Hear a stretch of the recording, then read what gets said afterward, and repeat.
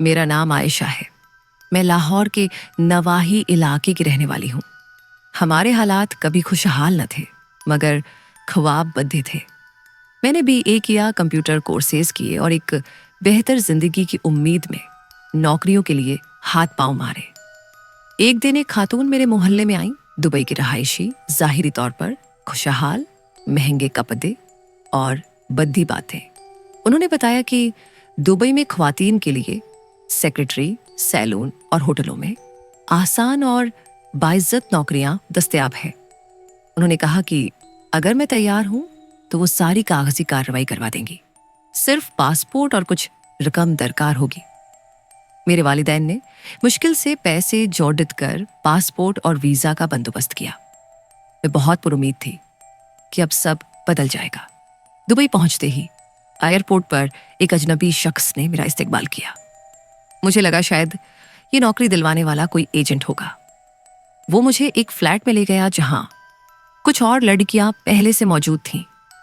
सब खामोश थीं, जैसे कुछ कहना चाहती हूं लेकिन होठों पर ताले हों। कुछ घंटों बाद मेरे हाथ से मोबाइल फोन ले लिया गया और कहा गया कि तुम अब हमारे हवाले हो और जो हम कहेंगे वही करना होगा। मेरे जिस्म से जैसे जान निकल गई हो। मेरी फरियाद, मेरी जिद सब बेकार गई। अगली रात मुझे जबरदस्ती तैयार किया गया, जैसे कोई शोपीस तैयार किया जाता है। फिर कमरे में वो अफराद दाखिल हुए, अजनबी, सियाह फाम, जिनकी जबान भी मुझे समझ नहीं आती थी, लेकिन नजरों से सब कुछ साफ था। मेरी चीखें दीवारों में दफन हो गईं। मेरी आंखों से निकला हर आंसू एक नई बेबसी की गवाही दे रहा था।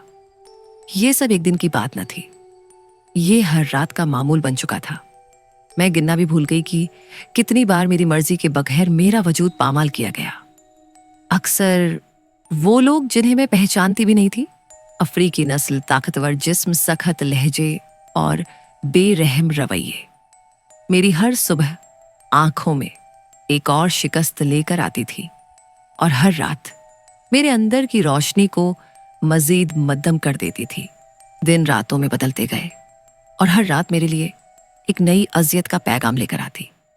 मैंने खिड़कियों से बाहर झांकना छोड़ दिया था, अपने वजूद को आईने में देखना तर्क कर दिया था और दिल में सिर्फ एक सवाल गूंजता रहता, क्या यह जिंदगी है?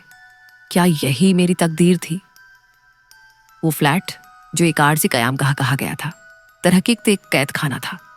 मुझे याद है एक लड़की वहां थी, शगुफ्ता। वो कराची से ताल्लुक रखती थी, उम्र में मुझसे भी कम। एक दिन उसने खुद को चाकू से जख्मी कर लिया। वो कहती थी, मर जाना इस जिंदगी से बेहतर है। उसी दिन मेरा दिल अंदर से टूट गया। मैं सोचने लगी, अगर मैं कल उसकी जगह हूं तो क्या किसी को फर्क ही पड़ेगा? क्या मेरे माँ बाप को मेरी लाश वापस भी मिलेगी? फिर एक दिन वो वाकया पेश आया जिसने मेरी उम्मीदों को भी खत्म कर दिया। एक नई रात, एक नया गाहक। वो पहले से ज्यादा संगदिल था, पहले से ज्यादा वहशी। जब मैंने हिम्मत करके इनकार किया तो मुझे बुरी तरह मारा गया। मेरे जिस्म पर नील पड़ गए और आंख के पास चोट आ गई। वो रात मेरी जिंदगी का आखिरी मोड़ साबित हुई। मुझे बेहोशी की हालत में अस्पताल पहुंचाया गया। वहां किसी नर्स ने मेरी हालत देखी और शक की बुनियाद पर पुलिस को इत्तला दी। पुलिस आई, मगर केस दबाने की कोशिश की गई। एजेंट ने रिश्वत दी और कुछ दिनों बाद मुझे वापस उसी फ्लैट में भेज दिया गया। अब मेरे जिस्म में ताकत नहीं रही थी। मेरी आंखें अंधेरे की आदी हो चुकी थीं और दिल, वो तो पहले ही मर चुका था। आखिरकार एक दिन मैंने वही कदम उठाया जो शगुफ्ता ने सोचा था। मैंने जहर खा लिया, मगर मेरी किस्मत में मरना भी आसान न था। मुझे बरोक्त अस्पताल पहुंचा दिया गया। डॉक्टरों ने बचा तो लिया, मगर वो रोशनी जो मेरी रूह में थी वो कभी वापस ना आई। आज मैं एक शेल्टर होम में रहती हूँ। मेरा जिस्म तो जिंदा है, लेकिन मेरी रूह, मेरा एतमाद, मेरी मुस्कान सब वहीं दुबई के उस फ्लैट में दफन हो चुके हैं। मैं ये कहानी इसलिए सुना रही हूं ताकि कोई और लड़की, कोई और आयशा उन झूठे कहवावों के पीछे अपनी जिंदगी न गंवा दे। परदेस हमेशा सुनहरा नहीं होता। कभी कभी वहां अंधेरे ही अंधेरे होते हैं जिनमें रोशनी की कोई किरण नहीं मिलती।